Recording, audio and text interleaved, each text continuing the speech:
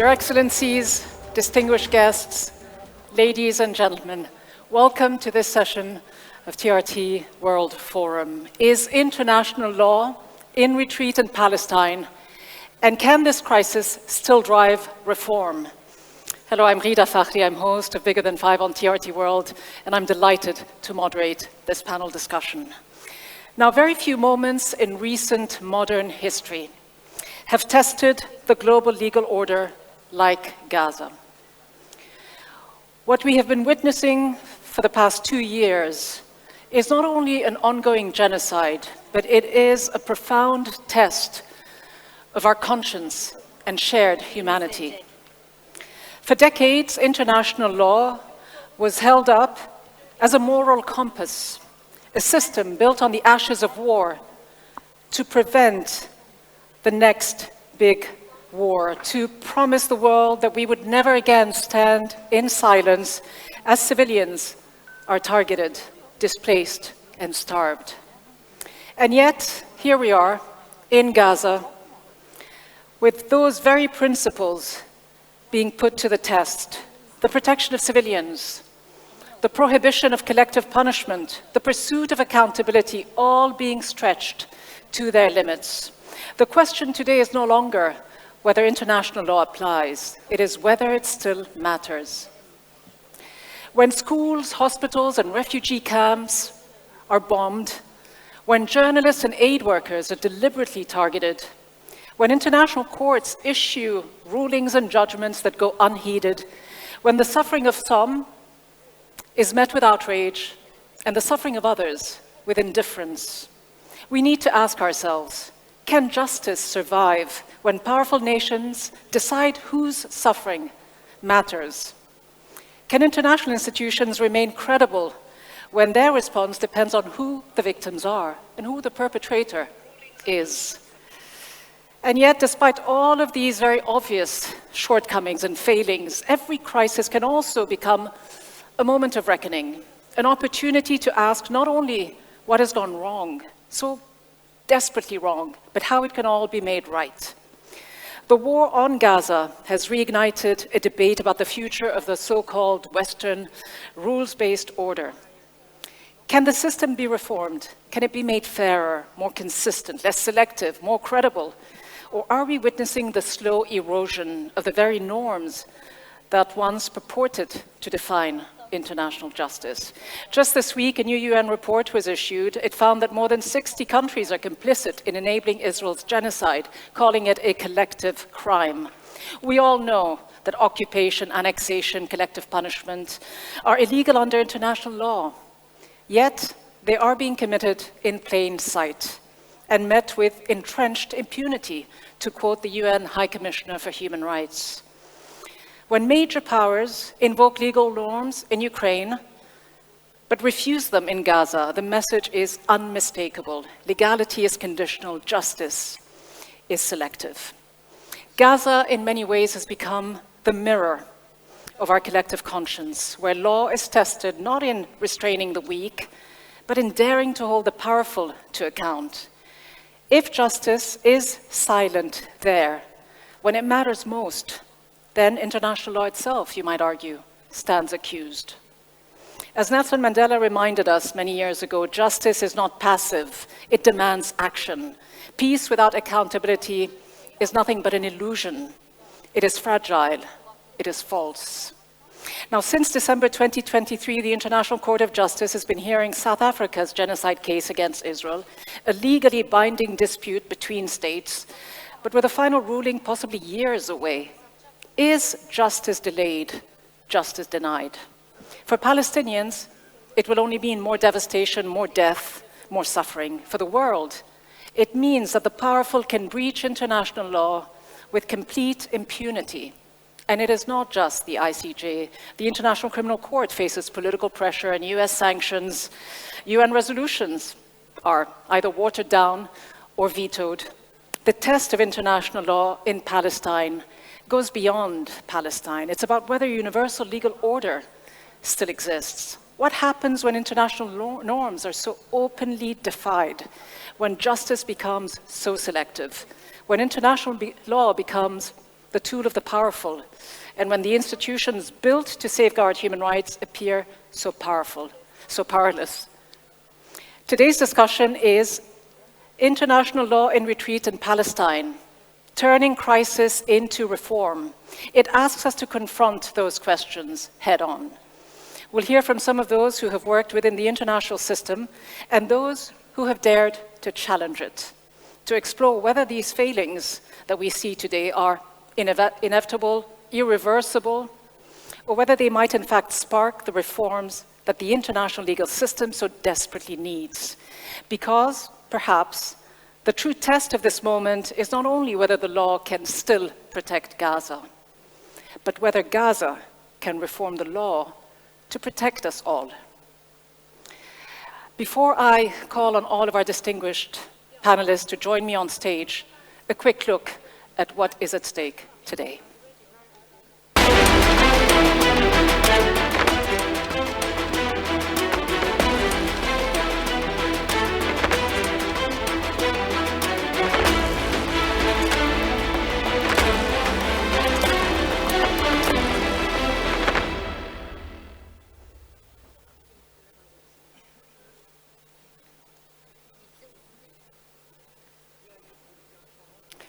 So here we are, international law in retreat in Palestine, turning crisis into reform. It is my distinct pleasure to invite all of our distinguished panelists to join me on stage, starting with Nur Yilmaz, Deputy Minister of Foreign Affairs of the Republic of Türkiye. Hamza Yusuf, former First Minister of Scotland.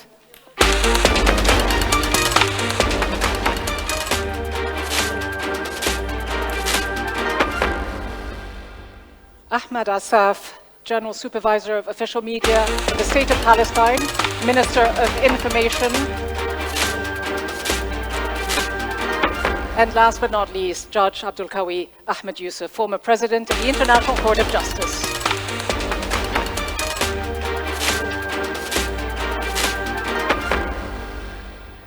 Welcome to you all. Thank you very much for being here with us for this important discussion.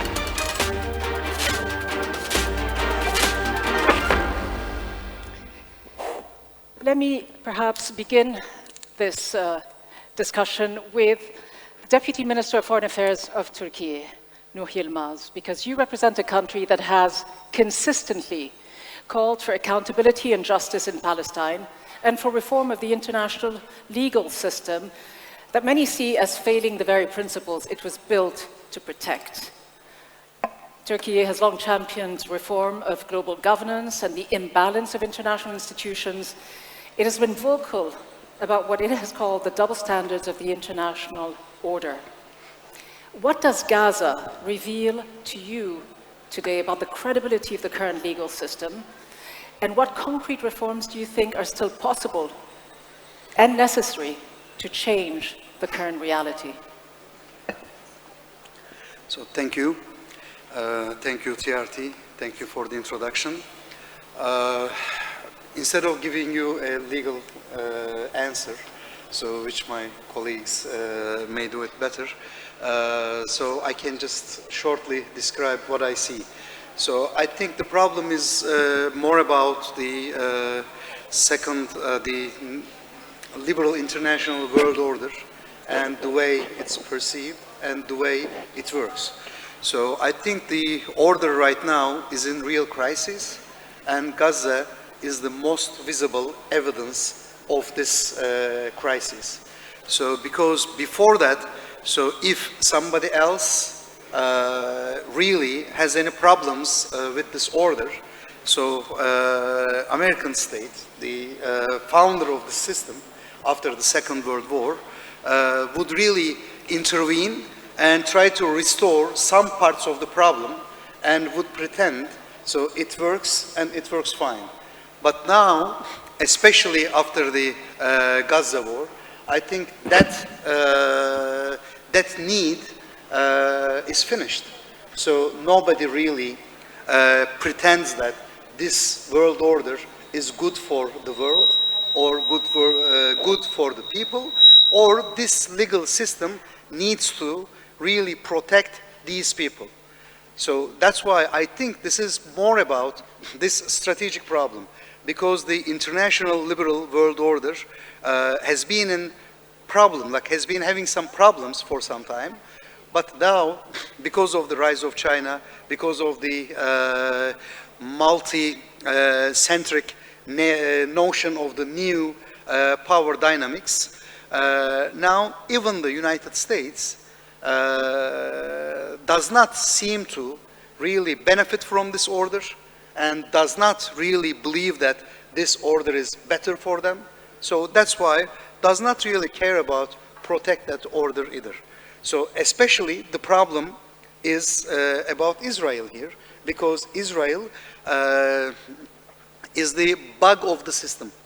So any country other than Israel would have done this, they would have been treated differently. But Israel, as the bug of the system, bug of this order, has really authority to anything, authority to do anything, and nobody has really right to make them responsible for this. So I think this is the general framework. But how do you change this? Because you're right, Israel is just one out of 193 member states in the United Nations. You call it a strategic problem, and we all know the geopolitical realities and the Security Council and the United States veto to protect Israel consistently. But there is also responsibility within every individual member state, isn't there? You have the concept of universal jurisdiction and a genocide convention ratified, signed by 153 nations, including Israel, which means that every state has to either prevent genocide or punish the perpetrators. I know that Turkey has called Israel's war on Gaza a genocide. That carries important moral and legal weight and obligations.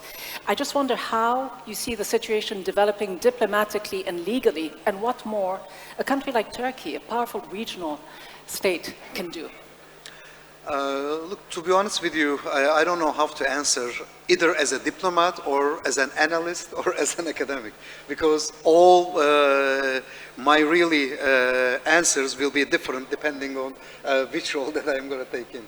So, but just to talk diplomatically, since this is an open discussion, as Türkiye, we tried all the limits of the system.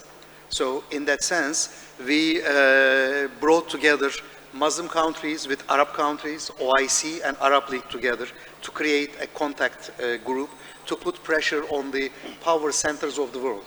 So this contact group visited US, UK, Russia, China, UN, like every single important institution and country in the world, France or Mediterranean dialogue or whatever, I mean, whatever you can imagine. That's one thing. Second, the middle-sized European powers who really cares about Gaza and humanity really got together with Türkiye and other countries like Norway, like Ireland, Spain, Slovenia. So these countries really forced the limits of European Union and European consciousness to really move forward with the policy issues in that system. In NATO, we block Israel from almost every single move inside NATO. So it's no longer, they no longer have military representative at NATO, so we prevented any kind of cooperation between Israel and NATO. So I can count so many things similar to this. So, but I mean, eventually, so the problem is very simple. So who will stop Israel? So I mean, if anybody has does it need a coalition of countries to act? I have an answer to that. So only US can really stop Israel. So how can you convince United States to stop Israel? So that is the main question. So following this question, so our final move was to bring together 8 Muslim countries in US, bringing together them with United States. They met with the President Trump, and from that meeting, we got Witkoff or Trump plan. So then that plan turned into Sharm el-Sheikh initiative, and that initiative turn into the current discussions. And in this process, we are trying to use every single possible means in the international system to really solve the problem. Now, for the time being, we stopped the genocide for the time being. We actually rejected annexation of West Bank. We stopped the forced migration of Palestinian people. And we allowed aid trucks to get into Gaza to stop hunger and prevent people from dying of hunger. So this is the now temporary solution to this problem.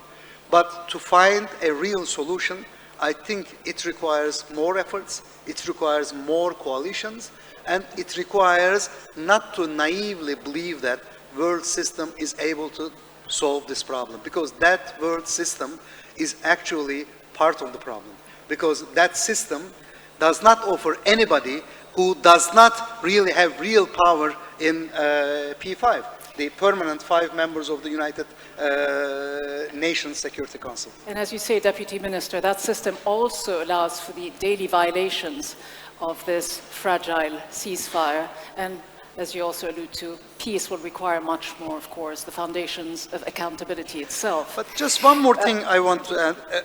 Am I going to continue? Or? Go ahead briefly, Okay. as I like to hear from everyone before we come back then to you. Analytically, I should really say this very clearly. Israel is a colonial settler state.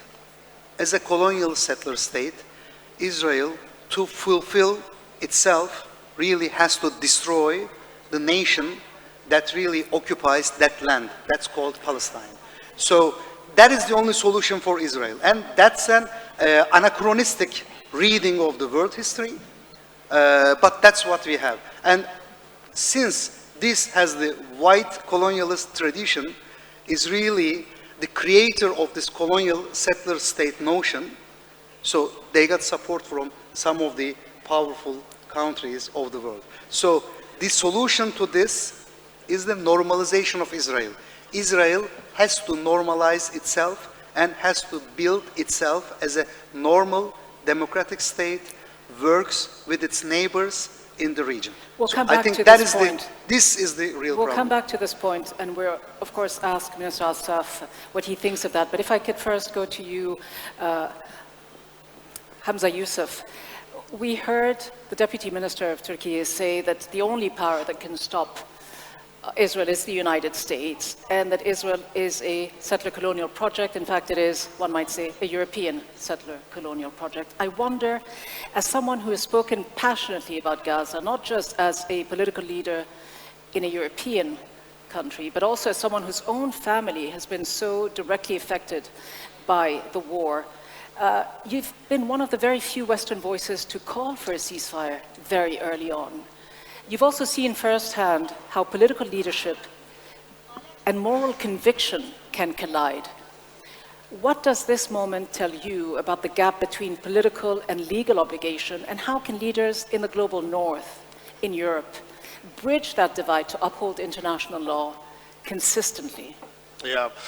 Listen, thank you. First and foremost, let me thank TRT World Forum for a wonderful invitation to here, and you've brought me onto the stage with people that I've admired for a long time, including Abdul Ahmed Yusuf, but I've really enjoyed very insightful conversations during this forum, so thank you for the invitation.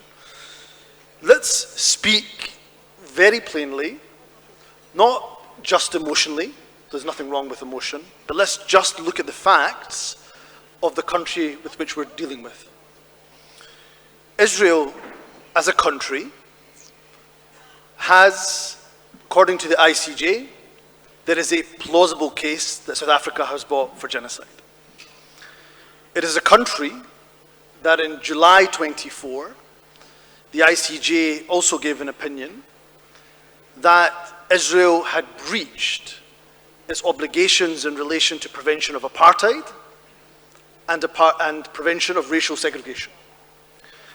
It's a country that is led by a man who is wanted by the International Criminal Court, the highest criminal court in the world, for war crimes, crimes against humanity, including using starvation, as a weapon of war. Israel is a country that has broken countless UN resolutions. It is a country that is responsible not for the death, but for the killing of 20,000 children. And estimates say 70,000 have been killed. When the rubble is cleared, that number will be double, triple, quadruple that. And yet, not one single Israeli politician or soldier of the IDF has been tried, charged, or put in jail. So we have an international global rules-based order that, if it has not already collapsed, is on the absolute brink of collapse.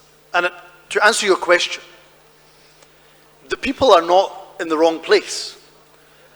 Every capital in most cities, most countries of the world, week after week after week, thousands, hundreds of thousands, in some cases millions of people take to the streets to demand an end to the genocide. So the people are in the right place.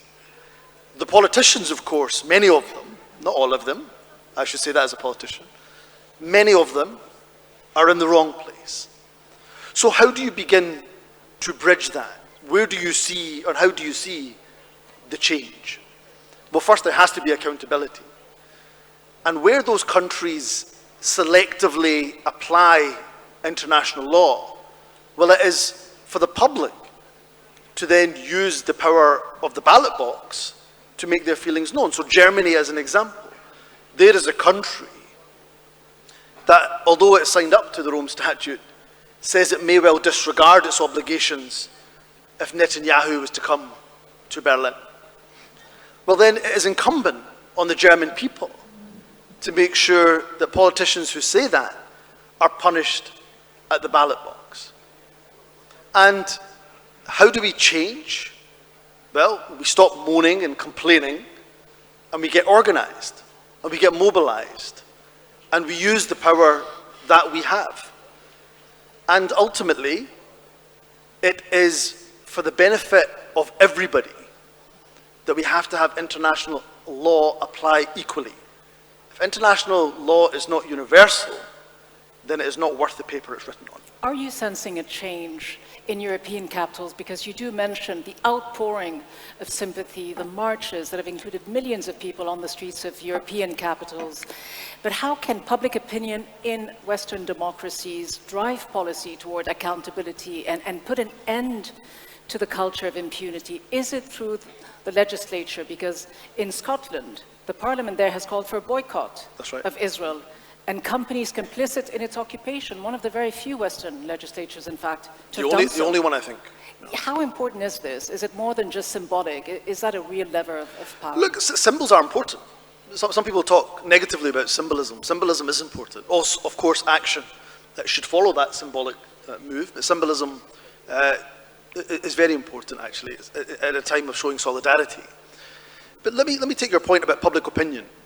Look, never in my life would I thought that I would see Jewish people in New York sitting in Central Station and doing a sit-in protest and stopping Central Station from functioning in New York because they demanded a ceasefire. And the same Jewish people for peace, and by the way, we should really commend the Jewish people who stand week after week for peace in Gaza, because they face an enormous backlash. They also sat in Congress and demanded Congress stopped the genocide in Gaza. And in the US, 60% of those under the age of 30 have a positive opinion of Palestine in the United States. So public opinion is shifting. What my plea would be to everybody is, look, we are living in the digital age. TRT does it very well. I see my friends from Middle East Eye here, they do it very well. Al Jazeera Plus, I have to mention them all. They do a good job in the digital media. We have to be in these spaces. I have 3 daughters, by the grace of God. My 16-year-old consumes all of her news from TikTok. All of it. And we know that 54% of Americans get their news from social media channels. So we need to be not just in those spaces, but for the entrepreneurs and philanthropists among us who believe in justice and equality and fairness and adalet, I think as you call it here in Turkey, well, they need to invest in the creatives and empower those who have the skills to tell the story digitally. So yes, we are a very generous community. We build water wells and orphanages and schools. Those are good and well. But how about we begin to invest in our people so that we don't just change public opinion, but we also show people who are entrenched in fairness and values of justice, they're also in the corridors of power as well. Minister Assert, you just heard Hamza Yusuf talk about the change that is coming from within the TikTok generation, the shifting narrative among the young. But you speak for people who have lived under military occupation for decades, watching international law be debated but ignored. For Palestinians, the promises of justice have felt distant. You might even say hollow. I just wonder, from the Palestinian perspective, what does international law mean today? Has it been robbed of all meaning? Or do you still have faith that it is a viable path toward justice and accountability for your people? I will speak in Arabic. في البداية بشكرك وبشكر TRT على طرح هذا الموضوع الهام حقيقة. وأود أن أبدأ بأن القانون الدولي أمام اختبار مصداقية له، وهذا الاختبار هو اقترابه من تحقيق العدالة للقضية الفلسطينية أو ابتعاده عنها. بمعنى قد نجد أن بعض مؤسسات القانون الدولي قد تطبق هذا القانون على جهات أخرى غير فلسطينية، كما حدث في مرات سابقة في محاكمة رؤساء أو أشخاص سواء في محكمة العدل الدولية أو المحكمة الجنائية الدولية. ولكن الاختبار الحقيقي لهذا القانون هو هل هذا القانون نجح في تطبيق العدالة أو تنفيذها على القضية الفلسطينية أم لا؟ الجواب للأسف لا، والنتيجة أن هذا القانون فشل فشلا ذريعا في أن يحقق العدالة للشعب الفلسطيني.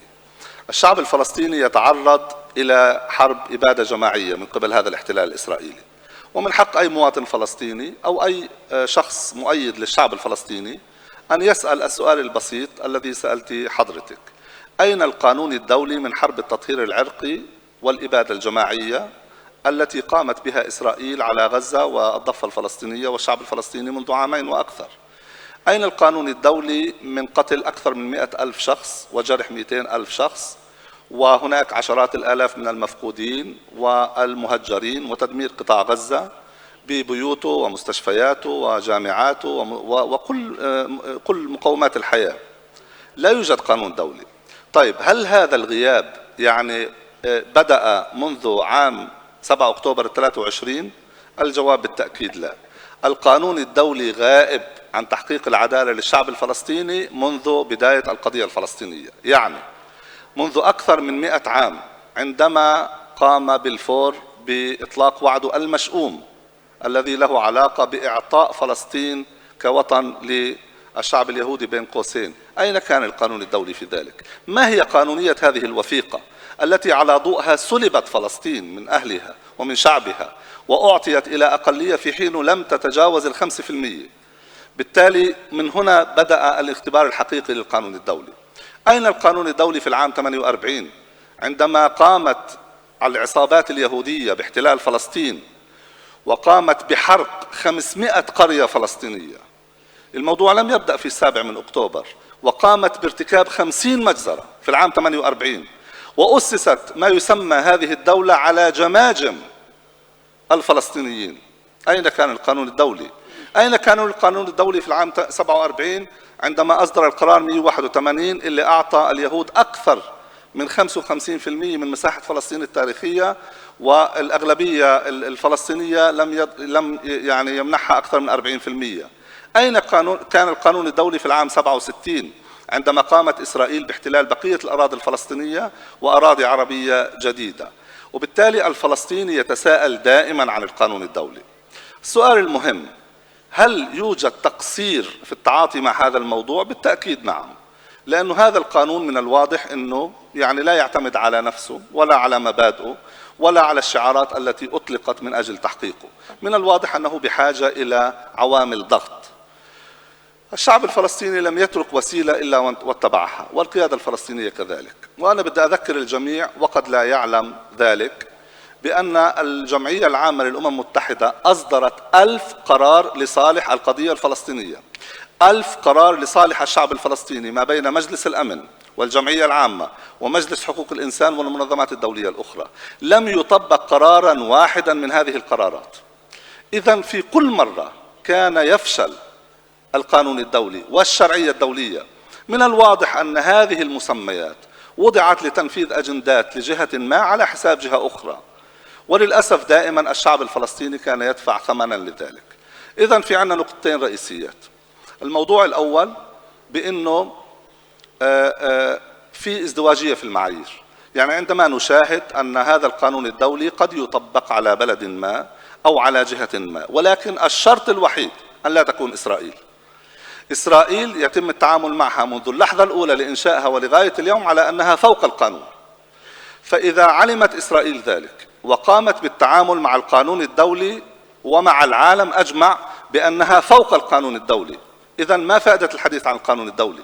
يعني إيش الداعي إن نحكي عن إنه في قانون دولي وفي محاكم دولية وفي مجلس أمن وفي أمم متحدة وإسرائيل تتعامل على أساس أنها فوق القانون الدولي؟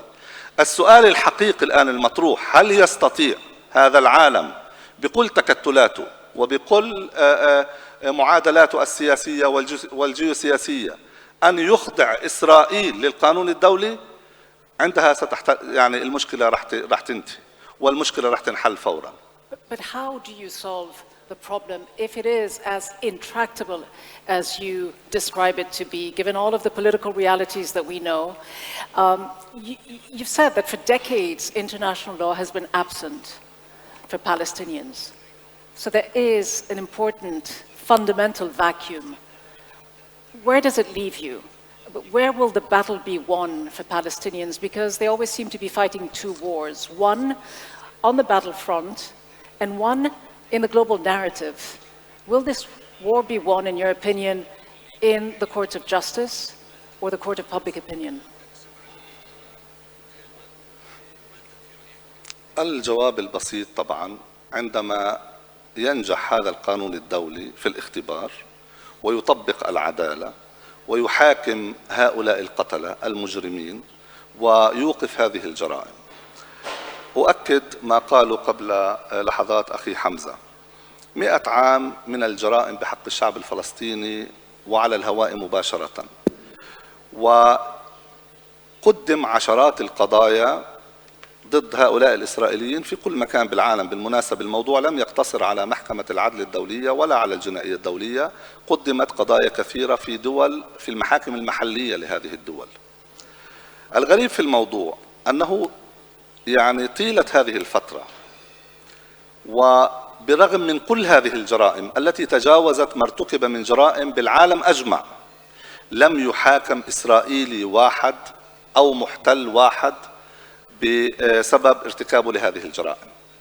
طيب، إسرائيل قتلت أكثر من 70% من عدد الشهداء في قطاع غزة من الأطفال والنساء، قتلت آلاف الأطباء، وقتلت الصحفيين. 255 صحفي وصحفية فلسطينية استشهدوا خلال العدوان الأخير.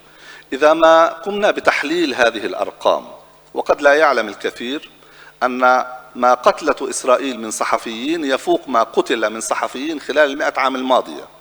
بمعنى أنه أثناء الحرب العالمية الأولى قتل 40 صحفي، الحرب العالمية الثانية 69 صحفي، الحرب الأمريكية الفيتنامية 40 صحفي. إسرائيل قتلت خلال العامين الماضيين فقط 255، بمعنى أكثر من ضعف ما قتل من صحفيين في 100 عام الماضية. طبعا لأن إسرائيل لا تريد لأحد أن يرى هذه الجرائم، وإسرائيل تريد أن ترتكب هذه الجرائم بصمت، وإسرائيل تريد أن تحافظ على صورتها المزعومة بأنها دولة ديمقراطية. والسؤال المهم هنا فيما يتعلق في هذا الادعاء، هل تتفق الديمقراطية مع الاحتلال؟ يعني هل يمكن وصف دولة ديمقراطية ويتغنون بديمقراطيتها كالديمقراطية الوحيدة في الشرق الأوسط وهي دولة تحتل شعب آخر وتقوم بارتكاب كل هذه الجرائم؟ وبالمناسبة اليوم عدد أبناء الشعب الفلسطيني اللي بيعيشوا في داخل حدود فلسطين التاريخية أكثر من الإسرائيليين، بمعنى أنه ليس فقط هنالك تطهيرا عرقيا، بل هنالك تمييز عنصري واضح. يوجد أقلية إسرائيلية تحتل أرض وشعب آخر، وهذا الشعب اليوم أكثر عدده من هؤلاء الإسرائيليين، وتحكم بطريقة ليس فقط الإبادة الجماعية بل أيضا بالفصل العنصري. وبالتالي ما كان مطبقا في جنوب إفريقيا واعتقد العالم أنه أنهى هذه الظاهرة، اليوم التاريخ يكرر نفسه، ولكن للأسف من قبل حكومة هذه الاحتلال. احنا توجهنا كما ذكرت إلى الجمعية العامة للأمم المتحدة. بال2004 توجهنا إلى محكمة العدل الدولية لاستصدار قرار حول جدار الفصل العنصري. قلنا لهم إيش تعريفه؟ قالوا هذا جدار فصل عنصري وعلى إسرائيل أن توقفه. إسرائيل ضاعفت البناء منذ تلك اللحظة. بعدين رحنا بال2015 إذا بتسمحي لي دقيقة واحدة، وانضممنا عندما أصبحنا دولة مراقب في الأمم المتحدة كدولة فلسطين. رحنا بال2015 رفعنا قضية على الاحتلال الإسرائيلي منذ أكثر من 10 سنوات، ولغاية الآن لم نرى أي نتيجة. بعدها بال2023 قبل 7 أكتوبر ذهبنا إلى محكمة العدل الدولية، طلبنا منها سؤالا بسيطا باسم دولة فلسطين: ماذا تعرفون وجود الإسرائيلي على الأراضي الفلسطينية؟ وأنا بدي أوضح، اليوم عندنا 160 دولة تعترف بدولة فلسطين، هذه دول عظمى ودول إلها سيادة، وبتقول إنه هذه الدولة هي دولة فلسطين على حدود العام 67. طب ماذا يفعل هؤلاء القتلة في غزة أو بالضفة أو بالقدس على حدود هذه الدولة اللي 160 دولة في العالم، 3/4 العالم بيعترف إنها دولة للشعب الفلسطيني؟ رحنا على محكمة العدل الدولية وأصدرت قرارا واضحا بأنه هذا احتلال غير شرعي، ويمارس الاستيطان غير الشرعي، ويمارس الفصل العنصري، وعلى الاحتلال أن يغادر هذه الأرض فورا. ولكن ما النتيجة؟ مزيدا من الإجراءات العنصرية العقابية ضد الشعب الفلسطيني. Minister Assert just highlighted many of these very, very serious shortcomings of the international legal system. Judge Youssef, the International Court of Justice, having passed a landmark ruling in 2004 on the wall that Israel was building, calling the occupation illegal, urging states to do all they can not to assist the Israeli occupation. And here we are, nothing has changed. You've presided over the world's highest court of law, the ICJ. So very few people understand better than you do how international law actually works between principle and practice. You've seen its strengths, you've also seen its limits. From your vantage point, do you believe that we are witnessing a temporary crisis of the international legal order, or a deeper structural political retreat of international law itself? I thank you very much, Rida, and I thank the TRT for the invitation. I think that we should try to clarify the points we are discussing here, because we should not actually see a breach of the law by a state or a number of states as being capable of creating new norms, new rules, or terminating existing rules or the contents of rules. A breach of the law does not change or modify the law.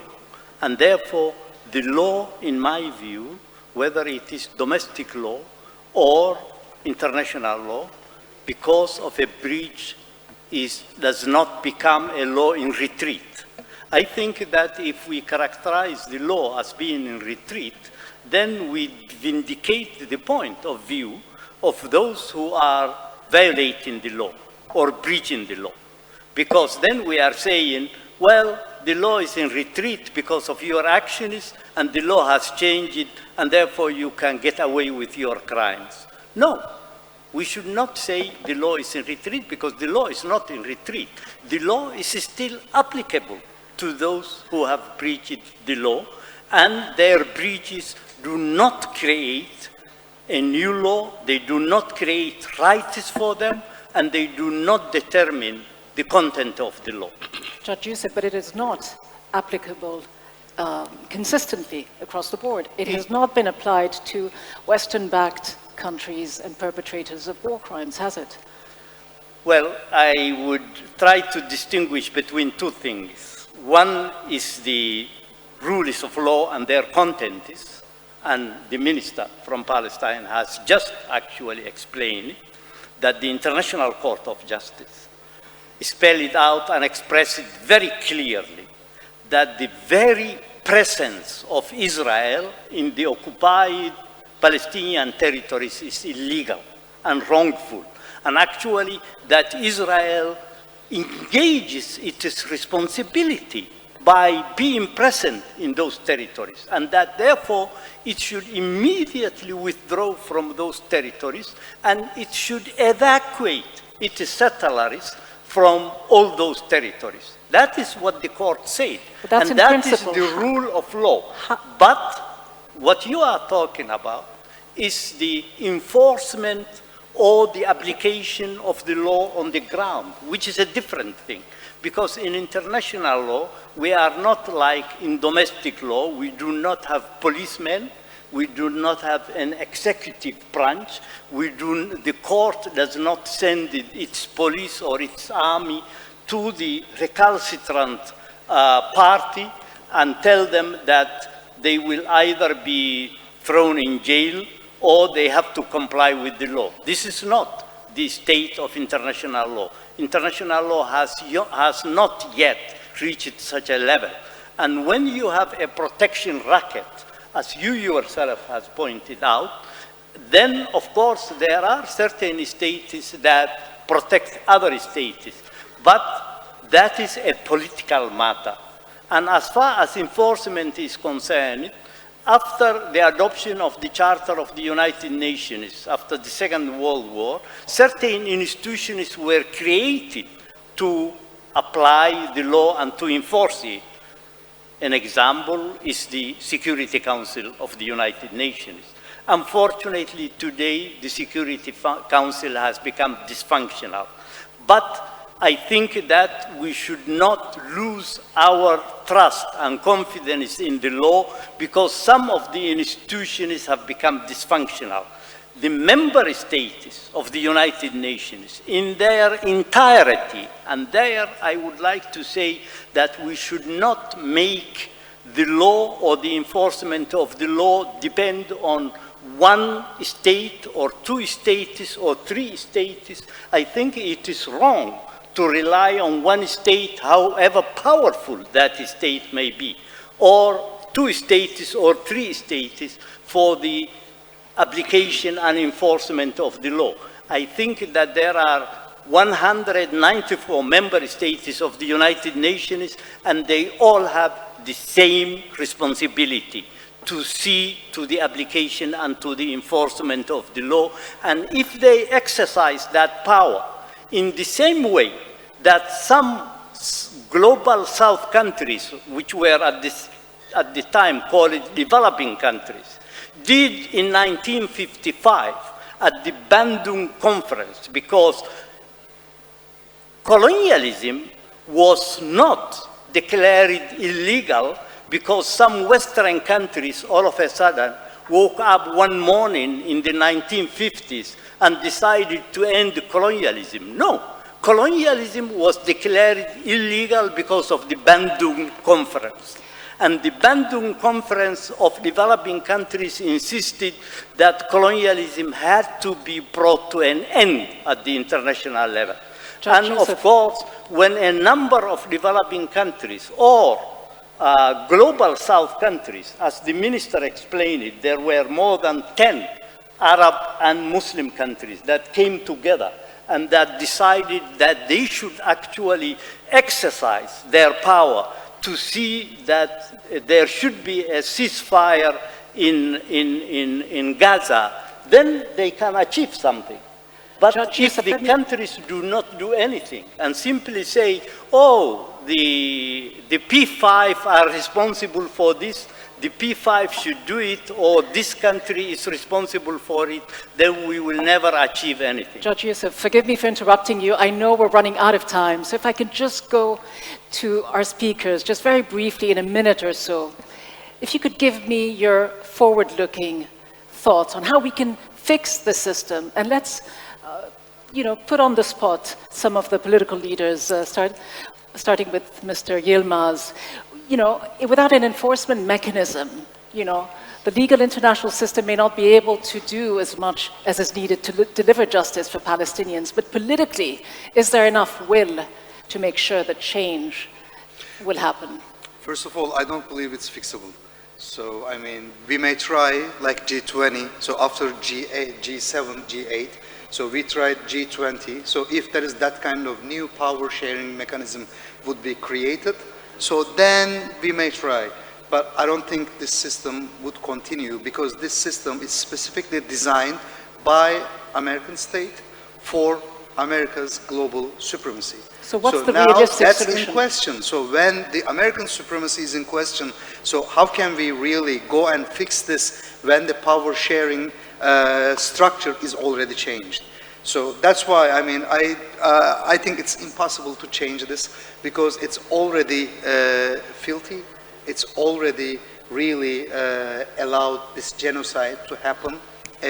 We all watched that. We tried every single thing in this world diplomatically can be done, can be tried, but it did not stop the genocide. So what is the solution? So, if I legal mean, like, avenues, if there would have been any if way legal to really avenues stop are blocked, that, we would have done that. I mean, so the ICJ people were threatened. ICJ, the judges in ICJ, they were threatened. So they were sanctioned. I mean, like, how can you really, when the judges were under threat, how can you really expect anything that can solve this problem? So what we try is, some countries, 8 countries or whatever, we may try different scenarios. We'll get together and we can try some ad hoc solutions. We try and we'll see if it's going to work or not. But the problem again, Israel is a racist state. Everything started at 1948. It did not start yesterday. So 1948, right after the UN system is established. So that's why this bug is not really foreign to this body. But now, liberal Israeli elites were, I mean, they were apologetic about their genocide. So they were genociding, but at the same time, they were apologetic. But this new racist settlers, they are not apologetic. That is the difference. And nobody, they do this because they can get away with it. It's so simple. So Israel do this because they don't pay the price. Israel does that because nobody holds them responsible. So that's why they do it. How can you really fix this system? Briefly, how do you hold them responsible, though? How do you change the system?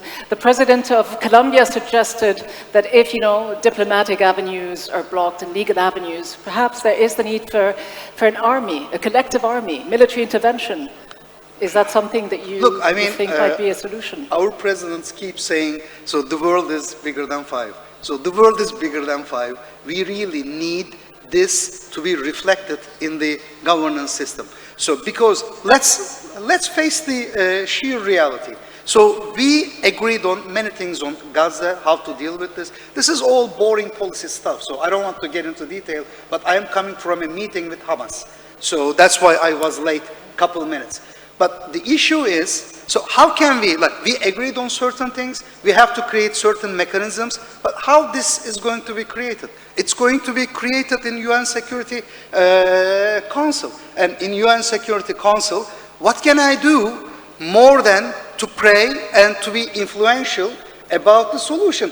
because those 5 countries will decide on that, and 3 countries will get together, and 1 country will use its veto power to really shape everything, and 2 of them will negotiate over their other interest in other parts of the world. So then they will get their share, and then they will agree on something, and what they agreed on something is already written by Israeli diplomats. So how can we really fix the system? So of course we are going to do and try our best. So we need a new system. So that's the thing. So it's new world, and this new world is not founded. So that's why the crisis of Gaza is the sign of the old world is dying and new world is coming. But new world is not there yet. So that's why Gaza genocide is the really sign of this crisis itself. So the new world will be established, and it will be established because the world system, the power structure in the world is changed like in the last 80 years. So only this kind of thing can really create a solution. But first and foremost, settler state, colonial settler state, racist state of Israel has to be a normal state. It has to behave like a normal state. All states, all nation states has threats. We all get threatened by other countries, but we don't destroy who threatens us.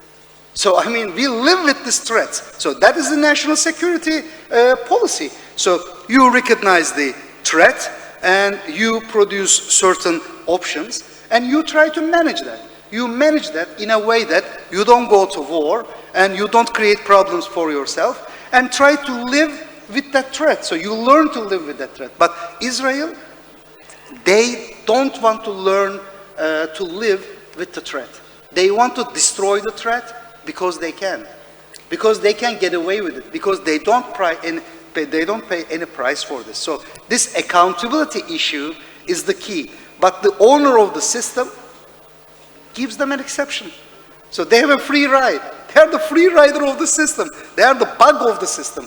That's why I'm not hopeful that this system can create any kind of real solution to Gaza. We can only hope for preventing genocide, keeping Gaza people in Gaza, and try our best to really protect them as much as we can. But under these conditions, it is almost impossible. So, but a new world will be coming, and hopefully we may solve this problem in a new world. Thank you, Deputy Minister. Despite your sense of realism and pessimism, you do manage to end it on a positive note. I know you may have to leave, Deputy Minister. If you do, please go ahead. Otherwise, I'll just continue to hear our panelists' final thoughts. If you do have to leave. No, you're okay. So, no, I just had meeting with Hamas. Before you came, I said, I understand. I finished that meeting and came to here. I'm being told that we do have to wrap up very quickly, but I cannot wrap up before hearing from each one of our panelists. Please, briefly, if you can. Hamza Yusuf, do you share the sense of pessimism, realism, perhaps, of the Deputy Minister? What is your thought and thinking toward the future? How can this reality be changed? Yeah. Actually, I think the situation in some respects is even worse than my respected minister says, because it's not just that Israel has free reign, but actually, while it is committing a genocide that is live streamed, governments like the United Kingdom government are not giving it free reign, they're providing them with the weapons. So it's a record of complicity, not just failure, but one of complicity. And you can see that from Francesca Albanese's report on complicity. Many governments, many institutions, many corporate actors are absolutely complicit in the world's first live stream genocide. Do I think it can be changed? Yes, not overnight, but I think it can be changed. Two things I would say, as briefly as I can. First and foremost, I would make an appeal to those Arab countries, particularly in the GCC, that if you're going to give the President of the United States an aeroplane and $1 trillion worth of investment, then please get something for it. And what I would suggest that you get for it is a much more fairer application of international law that says, yes, international law should apply to Hamas. It should apply to Palestinians. It should apply to those in Sudan. It should apply to the Russians and Ukrainians. But it should also apply to Europeans. It should apply to Israelis. It should apply universally.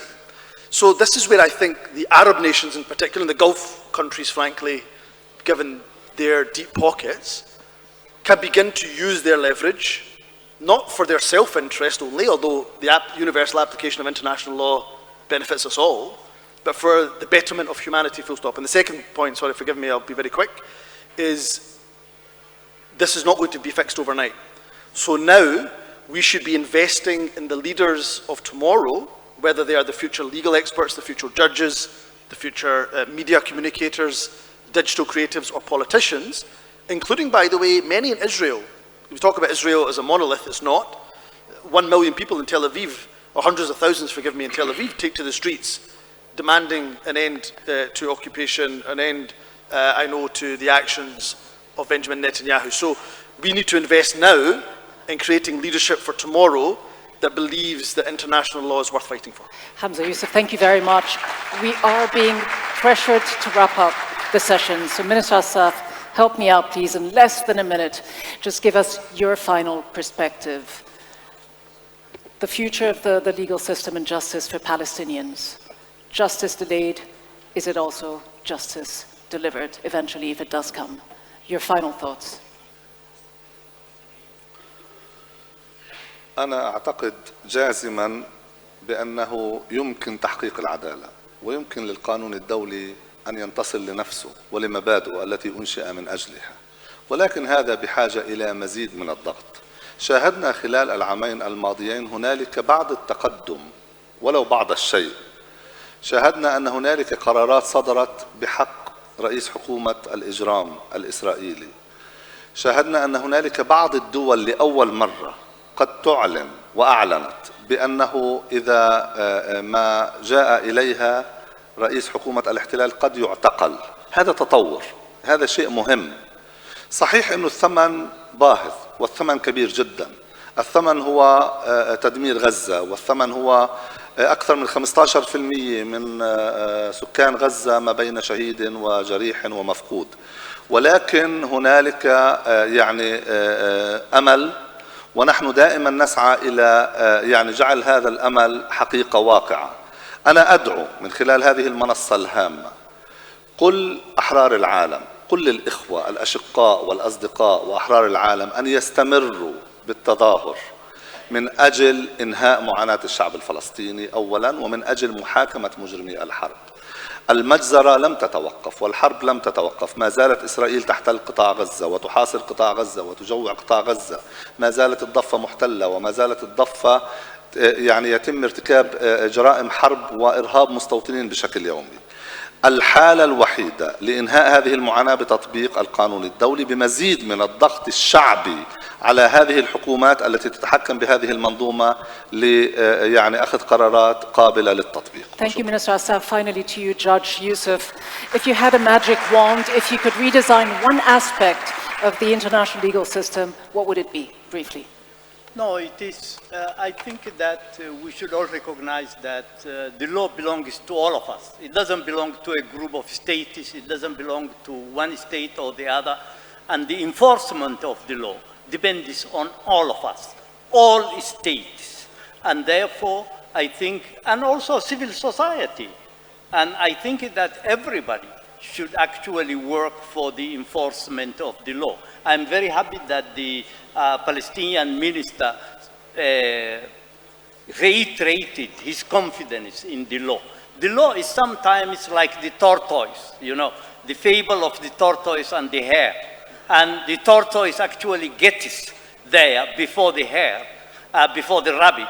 So I think the law will get there to justice before we all expect it, and I am personally confident that it will deliver justice, but we all have to labor and toil for that. Thank you. Thank you very much, Judge. As we've been hearing today, Gaza is more than an unprecedented tragedy. It's a test of our shared humanity, conscience, and commitment to do better, to do more. Thank you all very much indeed for being here, and thank you to our distinguished panelists, Deputy Minister Nuh Yilmaz, Hamza Yusuf, Minister Asaf, Judge Yusuf. Thank you very much indeed, and thank you for being with us.